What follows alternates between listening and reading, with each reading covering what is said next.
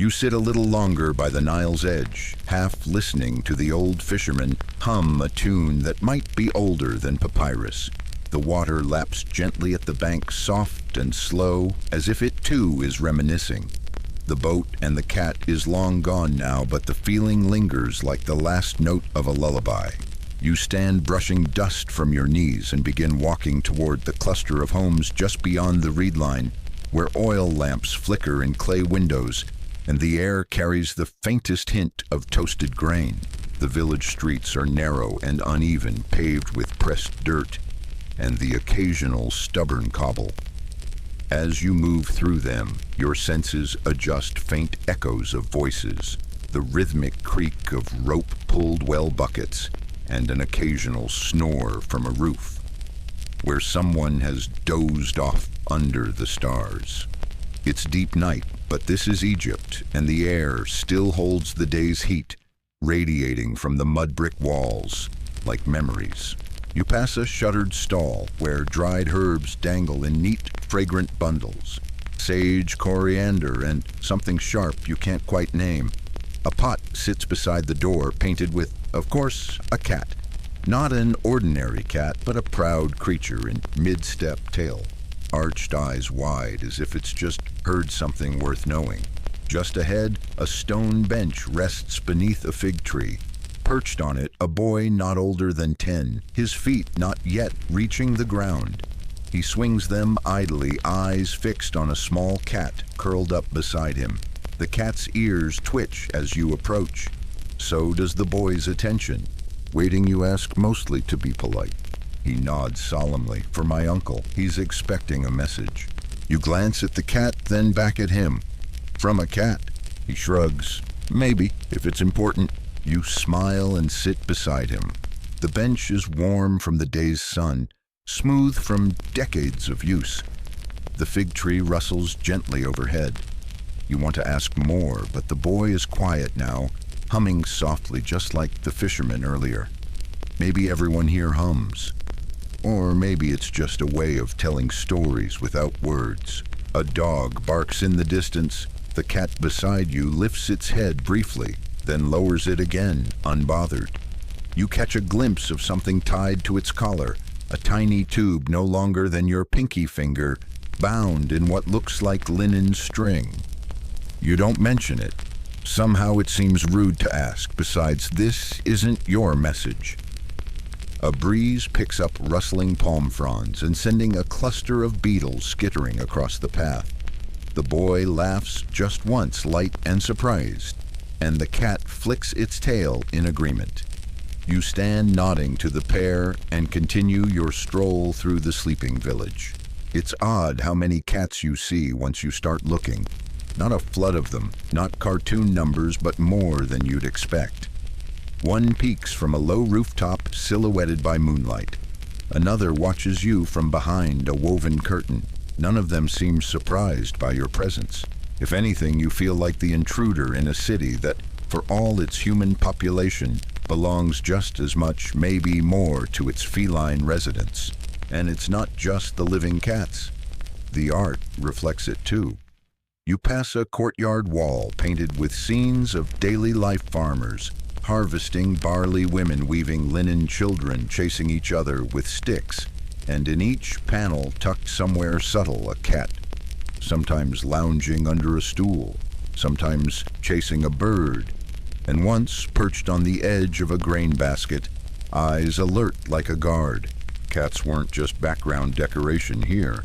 They were woven into everything. Scholars argue still about their role in Egyptian society, how sacred they were, whether the reverence was religious or just deeply practical. One thing is clear, cats earned their place. They kept the rodents away from precious stores, yes, but also inspired a quiet awe. There are tombs painted with cat statues carved in their likeness, even mummified companions buried beside their owners. That kind of love doesn't come from utility alone. You pause before a low shrine tucked between two houses. A clay figure of Bastet, the feline-headed goddess, watches you from an alcove. Her expression is serene but alert. You notice fresh petals at her feet, Someone came by recently to pay respects. A soft meow drifts down from a roof. You look up and see a ginger cat trotting along a wooden beam, a small roll of papyrus fastened at its side. Your heart skips a little, not from excitement, but from the surreal normality of it. As if this is just how things work here, like laundry flapping or dates ripening. Some historians suggest that messenger cats, if they truly existed, were part of temple networks trained not unlike pigeons, but perhaps less predictable and far more independent. Others think the entire idea is folklore born from stories told by bored fishermen or playful priests.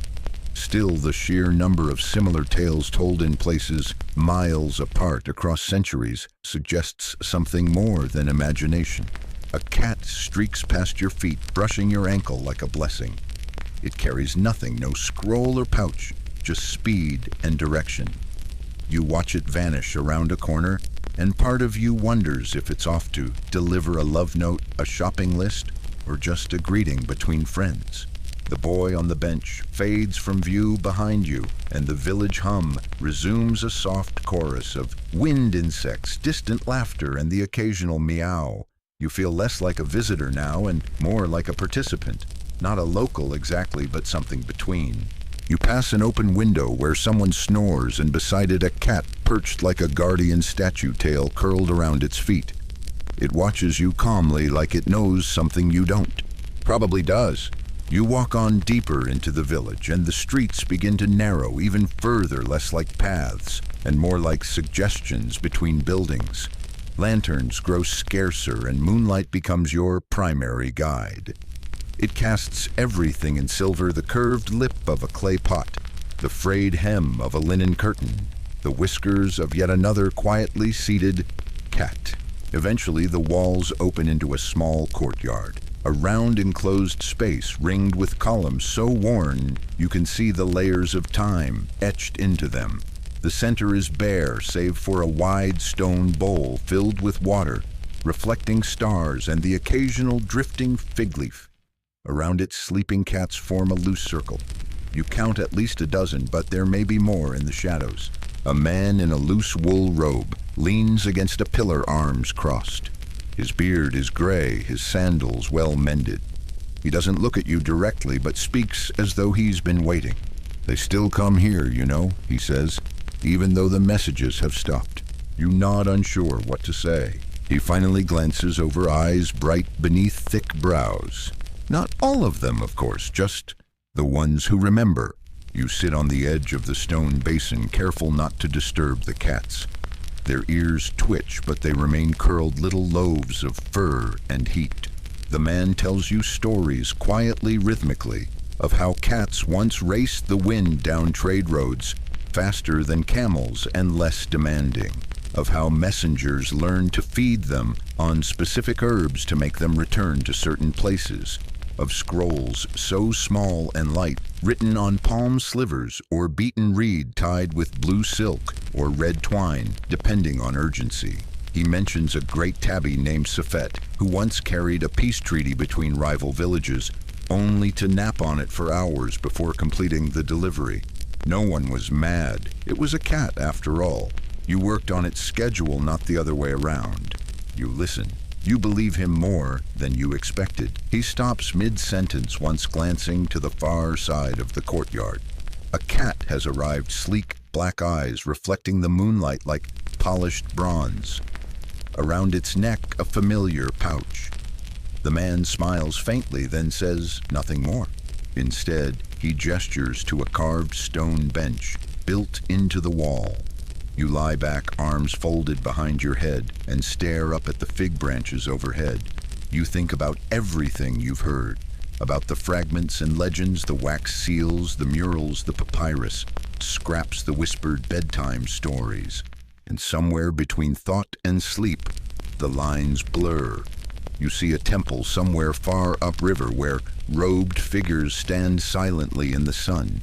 A procession of cats winds between their legs, some with scrolls, others with only purpose. You see murals being painted, gold leaf applied to feline halos. You see a child tying a ribbon to a tabby's tail and whispering a message like a secret spell. You see time not as a line, but as a circle traced in paw prints. A soft weight lands on your chest. You open your eyes to find a small cat nestled there, watching you closely. No pouch, no scroll, just presence. You reach up slowly, gently, and it purrs as your fingers graze its back. In the distance, you hear someone laughing in their sleep. A bell chimes softly. The breeze smells of clay and fennel. And then a whisper, not from a voice, but from the hush of the moment itself. The message always arrives, even if it changes on the way. You close your eyes again. The stars turn overhead. The Nile breathes in the dark. And the cats remember everything.